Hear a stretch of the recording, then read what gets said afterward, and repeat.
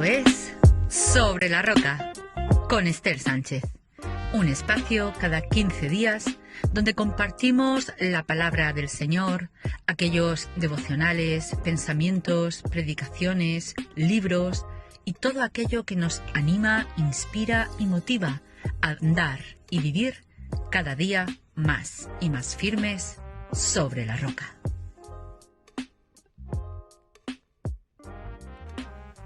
Hola queridas amigas y compañeras, vamos a continuar y a terminar con este breve estudio sobre la vida de Caín, en el que el Señor nos está permitiendo y nos está dando la oportunidad de meditar y reflexionar también acerca de qué es lo verdaderamente importante para Dios en nuestras vidas, ¿verdad?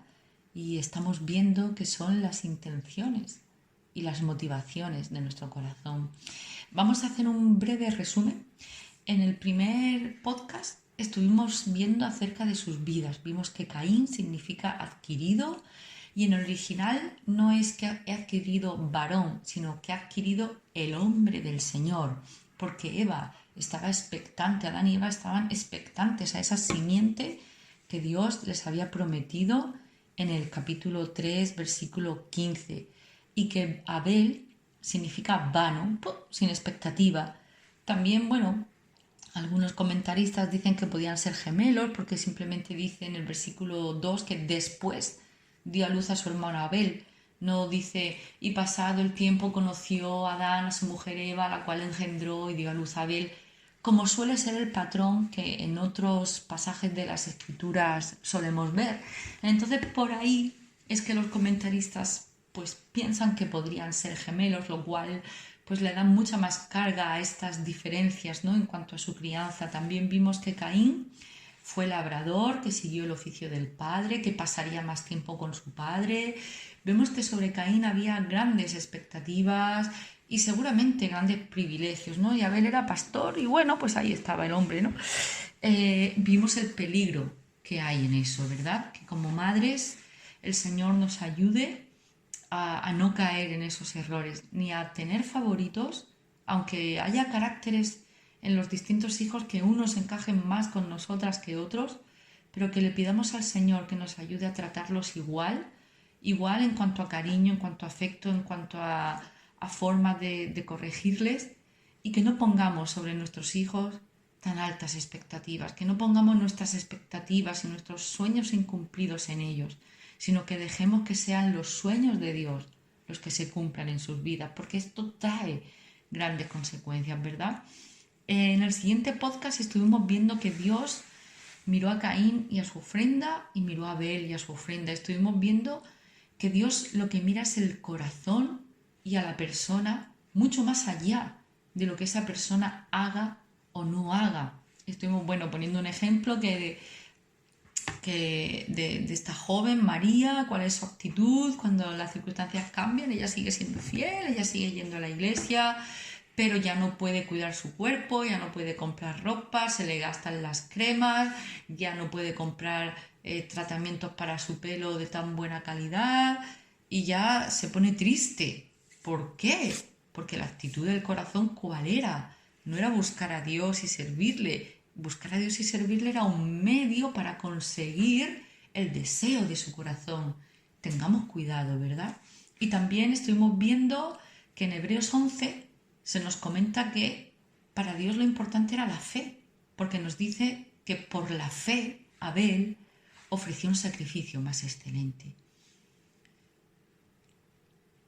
Vimos que Caín pudo haber pedido un cordero a su hermano, ¿verdad? O habérselo comprado, pero Caín se creyó suficiente, ¿verdad? Y estuvimos viendo la importancia de pedir ayuda, ¿verdad? De no hacer las cosas como nosotras creemos en medio de las dificultades, ¿verdad? Porque Caín no tuvo fe ni tuvo temor de Dios. Caín hizo las cosas como a él le parecían y a veces buscamos las soluciones como a nosotras nos parecen, ¿verdad? Sino que pidamos ayuda, pidamos consejo, pidamos refuerzos en oración.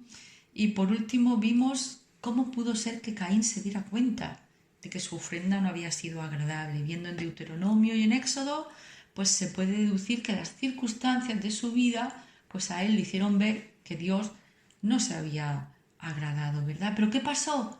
Caín fue a arrepentirse. Señor, no me está yendo bien, si he pecado contra ti, yo creo que no, pero muéstramelo tú y ayúdame. No, no, no, las cosas le van mal y Caín se enfada porque hay orgullo en su corazón. Entonces eso nos hace reflexionar. ¿Por qué esto me está molestando tanto? ¿Por qué me estoy sintiendo triste en medio de esta circunstancia? ¿Por qué tengo temor y ansiedad ante esta entrevista de trabajo? Que es normal que estemos nerviosas. A ver, las emociones están, las emociones son reales, las emociones Dios las ha creado y las ha puesto ahí. Pero ¿por qué siento esta emoción? ¿Es falta de fe? ¿Es falta de confianza? Señor, te entrego a ti esta emoción. Mi carne se duele, pero yo tengo paz y quiero confiar en ti. O si mi emoción está motivada por miedo al hombre, miedo al que dirán, pedirle ayuda al Señor y que mi emoción y mi fuerza sea Él, ¿verdad? Esto parece muy difícil a veces de conseguir, pero pidiéndoselo a Él, Señor, ayúdame a que mis emociones vengan de ti. Y estuvimos viendo también en el versículo 7 del capítulo 4 de Génesis que Dios se acerca a Caín. O sea, Caín ofrenda lo que a él le parece. Las cosas no le van bien y en vez de acudir a Dios, él se enfada y se pone triste. Y es Dios el que acude a él. ¿Por qué te has ensañado? ¿Por qué ha decaído tu semblante? Pero Caín responde algo. En la Biblia no está registrado. O sea, Dios le habla en el versículo 6 y en el versículo 7 y Caín no responde nada. Al revés. ¿Qué hace? En el versículo 8 se lleva a su hermano al campo. Pero vamos a ver otro pasaje de las Escrituras que también nos revela más el corazón de Caín. En Judas, capítulo 1, versículo 11, lo tienes ahí en la pantalla, dice: ¡ay de ellos! Porque han seguido el camino de Caín y se lanzaron por lucro en el error de Balaam y perecieron en la contradicción de Coré. Entonces mete aquí a dos personajes y a Caín con ellos. Caín, Balaam y Coré. Cuando están juntos es porque algo en común tendrían en sus motivaciones y en su corazón. Vamos a ver brevemente. Balaam lo podemos encontrar en número 22. Si no conoces la historia, te animo a que la busques, a que la leas y medites en ella. En Moab había un rey que era Balac. Moab y su ejército tenían miedo del pueblo de Israel porque habían visto cómo Dios estaba con ellos, cómo Dios les iba dando la victoria, cómo Dios iba cumpliendo sus promesas, las promesas dadas a Abraham de conquistar esa tierra, ¿verdad? Y de quitar de en medio de ellos a toda la idolatría y todo lo pagano y toda la brujería y la hechicería. ¿Qué hace Balaam? Llama a un hechicero, ¿qué hace el rey Balac, el rey de Moab? Llama a un hechicero famoso de la época, con fama de a quien bendice es bendecido y a quien maldice es maldecido. Este hechicero es Balaam y le ofrece dinero para maldecir al pueblo de Israel. Y Balaam accede, a pesar de que él conocía y él sabía que Dios es todopoderoso, no le importó. Le movió el egoísmo, le movió la codicia por el dinero, le movió el qué dirán, el ganar prestigio delante del rey, le movió la posición de mantener su nombre, no, claro, y el hecho de tener autoridad sobre otros. Muchas actitudes hay en el corazón de Balaam que seguramente si escarbáramos más veríamos más trasfondo, ¿no? Como un iceberg o un iceberg, vamos a decirlo en español y en murciano, como un iceberg, ¿no? que decimos aquí en mi tierra. Que por fuera se ve una actitud de sí, majestad, lo que tú digas, pero de lo que tú digas nada, es mi prestigio, es mi posición. ¿Por qué me apunto al equipo de limpieza de la iglesia? ¿Por qué me ofrezco a ayudar en mi trabajo? ¿Por qué le digo a mi compañera que no se preocupe que yo le hago este turno? ¿Por qué? Que el Señor nos ayude y traiga luz a nuestros corazones, ¿verdad? Coré.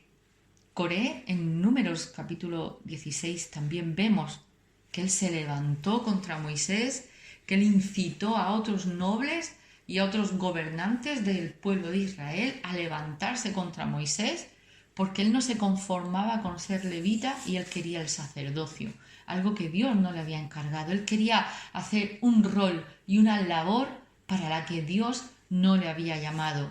Y esto lo vemos mucho hoy también, tanto en la sociedad como en las iglesias, en las mujeres. ¿Por qué yo no puedo hacer esto? ¿Qué había en el corazón de Coré?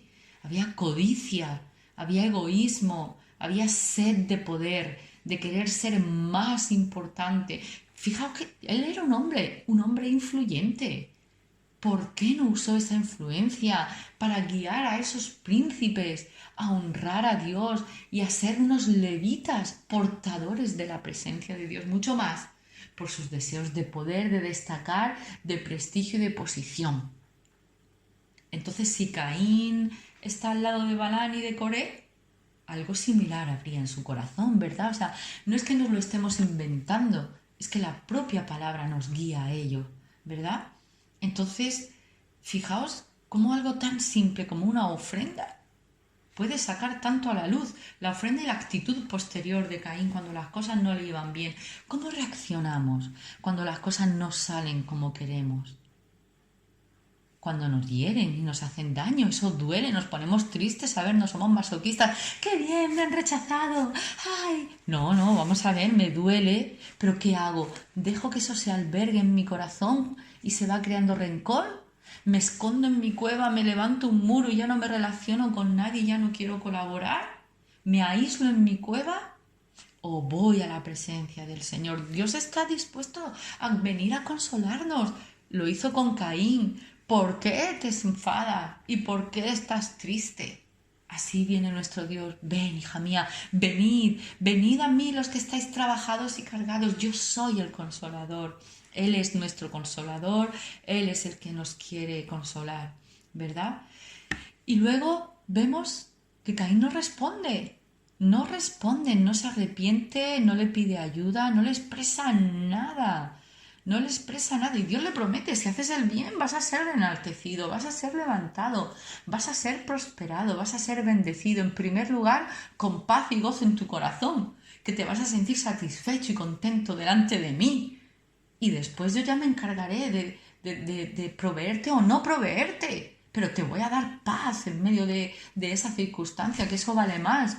Porque ¿cuántos hay que tienen y no tienen paz, verdad? O sea que lo externo no siempre refleja la bendición interna, ¿verdad? Pero ¿qué hace Caín? Se lleva a su hermano al campo, ¿verdad? Y se nos está yendo el tiempo, pero es que esto tiene molla, la verdad, porque cuando empezamos a ver otros pasajes de la escritura vemos que parece cortito, pero tiene molla y seguro que algún pastor con mucho más conocimiento sacaría aquí grandes enseñanzas, ¿verdad? Caín le dice a su hermano, salgamos al campo. En el original es que Caín le habló a su hermano, habló con él. Y aconteció, lo tienes ahí en la pantalla, que estando ellos en el campo, Caín se levantó contra su hermano Abel. Se levantó es que le habló, que se empezaría ahí a desahogarse, a hablarle mal y en esa ira y en ese insulto, es que eres tal, es que eres cual, es que tú, que te crees, que no sé cuánto, que eres el menor, que yo soy el que, yo qué sé lo que le diría y ¡pa! Le mató. Dudo que fuera sin querer, ¿no? Los celos, la envidia, la autosuficiencia. Autosuficiencia tenemos muchas veces, ¿eh? ¿Cuántas decisiones tomamos sin preguntarle al Señor? ¿Le preguntas al Señor por tu plan de comida semanal? ¿Le preguntas al Señor cómo hacer este trabajo? ¿Le preguntas al Señor si salir con las amigas que te han invitado o no? ¿Le preguntamos al Señor? ¿O simplemente actuamos? ¿Verdad? ¿Le preguntamos al Señor que nos ayude? hablarle a esta persona que me ha molestado? Autosuficiencia, deseo de poder, prosperidad, falta de fe. Caín sabía, sus padres le habían hablado porque ya estuvimos viendo que si Abel tuvo fe, la fe viene por el oír y sus padres le habrían contado. Pero no quiso obedecer, no creyó lo que decía. ¿Qué ocurre? De nuevo, Dios en su gran misericordia viene de nuevo Dios a Caín en el versículo 9. ¿Dónde está Abel, tu hermano? No sé. ¿Soy yo acaso guarda de mi hermano? ¿Verdad? El evangelio del egoísmo. Un asesino es su primer predicador. El evangelio del egoísmo nos dice que un hombre debe de cuidar de sus propios intereses, de velar por sí mismo y por los tuyos. Y que si esto se hace de manera comedida y con cuidadico, todos estaremos bien. Tú cuidas de lo tuyo, yo cuido de lo mío. Y vemos que no es así. Vivimos en una época de derechos más que de deberes. Pero el evangelio nos da equilibrio, ¿verdad? El evangelio nos equilibra. El evangelio sí nos enseña a guardar nuestro corazón. El evangelio no nos enseña a ser masoquistas y dejarnos pisotear constantemente. El evangelio nos da pautas de relacionarnos, nos enseña, nos fortalece, nos anima y es experto en restaurar las relaciones más rotas, las relaciones que no tienen sentido, los matrimonios que están deshechos. Dios es el experto. Dios quería restaurar la relación de Caín con Abel, no la de Abel con Caín, porque Abel con Caín seguramente no tenía nada, sino la de Caín con Abel, ¿verdad? No sé, es muy probable que hasta enterrara y lo escondiera, ¿verdad? Es muy probable que se hiciera el disimulado, es muy probable que hasta participara en las labores de búsqueda de su hermano, que consolara a su madre, porque realmente no sabemos cuánto tiempo pasó desde el asesinato hasta que Dios le habló. La Biblia no dice cuánto tiempo pasó, pero en Caín le encaja el perfil, ¿verdad? Le encaja de hacerse el disimulado. Ay, madre, yo estoy aquí, yo soy tu hijo para consolarte, ¿verdad? Por eso, en Primera de Juan, capítulo 3, versículo 12, nos dice que Caín era del maligno. ¿Soy yo acaso guarda de mi hermano? No, la palabra sí nos enseña. Orad los unos por los otros, sobrellevad las cargas los unos de los otros. En la palabra encontramos montones de pasajes donde Dios nos demanda estar pendientes y cuidar de los más débiles en la congregación, cuidar de los más débiles en la familia, cuidar de nuestras amigas, de nuestros amigos, ¿verdad? Y ya de ahí en adelante Dios le habla a Caín, y vamos cerrando y terminando ya. Dios le habla a Caín y le dice las consecuencias que le va a venir. Y ahora sí, ahora Caín sí habla. En el versículo 13 le dice Caín a Dios: grande es mi castigo para ser soportado. No le pide perdón, se queja, se sigue quejando. ¿Cuántas veces la queja y la murmuración y la queja y la queja y la queja están en nuestra boca? ¿Qué sale por tu boca? ¿Qué sale por mi boca? ¿Y qué hace Caín? En el versículo 16. Salió pues Caín de delante de Jehová. Qué diferencia, ¿verdad? Con Enoc, en Génesis más atrás, que caminó con Dios. Qué diferencia con Noé, que caminó con Dios. Qué diferencia, ¿verdad? Más atrás no. Más adelante en la genealogía siguiente, perdón. Qué diferencia, ¿verdad? Enoc está en los descendientes en el siguiente capítulo, en el capítulo 5. Qué diferencia. Caín salió. Tenemos que caminar y vivir. No te salgas. No te salgas de la presencia de Dios. No te salgas. No te salgas de la presencia de Dios, ¿verdad? El que Caín viviera, Dios le puso una señal para que nadie se vengara de él. No sabemos cómo es esta señal ni qué es. El caso es que Dios le dio una protección para que nadie se vengara de él. Y esto es, Dios, bueno, los comentaristas, ¿no?, dicen que esto es una señal, un recordatorio de las consecuencias del pecado. Dios le preservó la vida a Caín, impidiendo que nadie se vengara, para que cuando lo vieran y cuando vieran su vida nómada, errante, ya no podía ser agricultor, se dieran cuenta los demás habitantes de las consecuencias del pecado, ¿verdad? En Santiago 1:15 vemos que el asesinato no fue realmente el pecado de Caín. El asesinato fue el fruto, el resultado final, ¿verdad? En Santiago 1:15 dice: entonces la concupiscencia, o sea, la maldad de nuestro corazón, después que ha concebido, da a luz el pecado. Y el pecado, siendo consumado, da a luz a la muerte. Recordemos que al principio Caín tenía apariencia de piedad, apariencia de ofrenda, apariencia de integridad, pero eso no es lo que había en su corazón. Y quiero cerrar y despedirme con esta oración que el rey David hace en el Salmo 139 y dice: examíname, oh Dios, y conoce mi corazón. Pruébame y conoce mis pensamientos, y ve si hay en mí camino de perversidad, y guíame en el camino eterno. El rey David le está pidiendo a Dios: Señor, mira lo más profundo de mi corazón y que las motivaciones y los anhelos más profundos de mi corazón sean conforme a ti, al camino eterno, que el anhelo más profundo de mi corazón seas tú.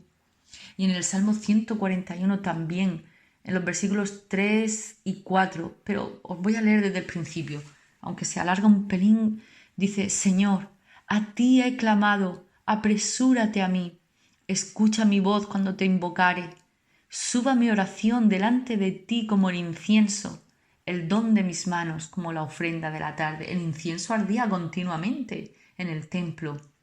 Entonces, ¿qué le está pidiendo él? Señor, yo quiero estar en comunión constante contigo. Yo quiero estar haciendo mis tareas, haciendo mi trabajo, hablando contigo, no quejándome, no murmurando. Cuando mi mente está divagando en mis cosas, en mis que tengo que hacer esto, tengo que hacer lo otro, tengo que ir a hablar con esta persona, le voy a decir tal, cómo se lo digo, cómo no se lo digo. Que en medio de estos pensamientos estés tú, Señor, como el incienso constante subiendo. Esa es la motivación del rey David. Y mira qué dice en el versículo 3. ¿Qué petición le hace él? Pon guarda a mi boca, oh Jehová. Guarda la puerta de mis labios. No dejes que se incline mi corazón a cosa mala. Mi corazón. ¿Vemos? No mis actos. Mi corazón. Hacer obras impías con los que hacen iniquidad y no coma yo de sus deleites. Y el versículo 5 vemos un corazón humilde, dispuesto a ser corregido. Dice: que el justo me castigue, será un favor, y que me reprenda, será un excelente bálsamo que no me herirá en la cabeza. Oremos, mis amigas, oremos, mis hermanas, para que nuestro corazón, las motivaciones y las intenciones de nuestro corazón sean limpias, sean rectas, que el deseo más profundo de nuestro corazón sea ese: estar en comunión constante con nuestro Dios, estar en comunión constante y sentir su presencia, que es un olor dulce, agradable, como el olor y el aroma del incienso que perfuma y llena la sala. Así es nuestra vida cuando estamos en oración y en comunión, y se va a ver luego en nuestras relaciones, en nuestras ofrendas, en nuestras reacciones. Cuando las cosas no salgan como queremos, seremos la antítesis de Caín y seremos un reflejo de nuestro Señor Jesucristo. Que el Señor nos bendiga, que el Señor nos dé fortaleza, y que en esta semana nuestra meta y nuestra motivación sea que nuestra oración sea constante y vivir en esa frescura con nuestro Dios. Y si te está costando trabajo, si estás en tiempo de sequía, pídele al Señor ayuda. Él te va a guiar, Él te va a fortalecer, Él te va a ayudar para que tu vida y nuestra vida siga más y más firme sobre la roca. Me da risa porque ya es la coletilla final, ¿verdad?, de todos los podcasts. Que el Señor os bendiga y en su voluntad nos vemos dentro de 15 días. Bendiciones, amigas.